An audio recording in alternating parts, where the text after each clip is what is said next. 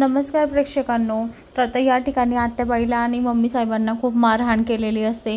तर आता आत्याबाई तिच्या नवऱ्याला म्हणते आतोबाला की अहो या ना इकडे, आम्हाला वाचवा ना. तेव्हा आता ते पोलीस मॅडम, ऑफिसर मॅडम त्या आतोबालाही घेतात आणि त्यांनाही खूप जोरजोरात मारतात बांबू.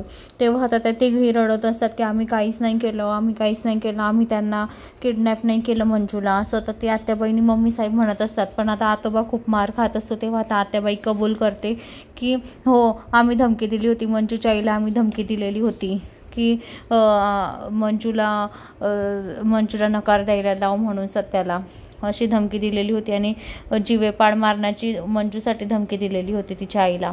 तेव्हा मोऱ्या सर आणि सगळे पोलीस स्टेशनमध्ये बसलेले असतात. भारती मॅडम सुद्धा असते. तेव्हा पप्प्या चहा घेऊन येतो आणि म्हणतो का हो मोरे सर, माझ्या दिदीचा काही पत्ता लागला का?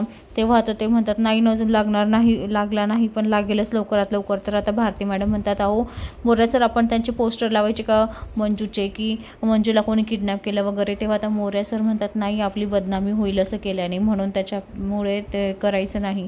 तेव्हा आता मग त्या पोलीस ऑफिसर आलेल्या असतात. त्या म्हणतात की यांनी कबूल केलं की यांनीच धमकी दिलेली होती मंजूच्या आईला, पण किडनॅप नाही केलं. तेव्हा आता मोरे सर म्हणतात खरं बोलताय ना त्या? तेव्हा मॅडम म्हणतात हो खरं बोलताय ते, त्यांनी किडनॅप नाही केलं पण त्यांनी तिच्या आईला धमकी दिलेली होती मंजूला जीवेपाड मारण्याची. तर आता हे सत्य आलेलं असतं. तेव्हा आता मोरे सरांच्या डोक्यात एक विचार येतो आणि म्हणतात ए पप्पे इकडे बरं, तू आधी पाकिट मार वगैरे असं चोरी करायचा, तर ते वस्तू कुठे ठेवायच्या तू? तेव्हा आता तो म्हणतो माहिती आहे सर, मला इथे या ठिकाणी ठेवायचं, चला मी तुम्हाला दाखवतो. तेव्हा आता मोरे सर म्हणतात चल दाखव बरं मला. तेव्हा आता ज्या ठिकाणी मंजूला किडनॅप केलेलं असतं त्या ठिकाणी आता मोरे सर आलेले असतात.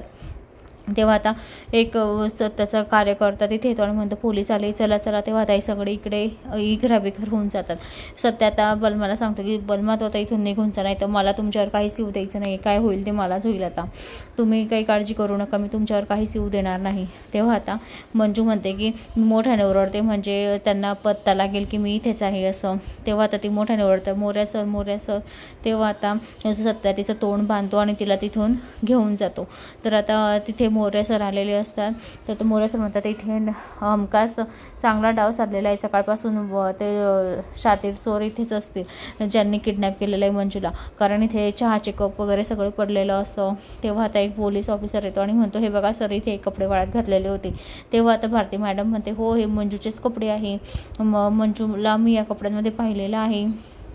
तेव्हा आता मोरे सर म्हणतात नक्की का मंजूच होते इथे मग दिवसभर?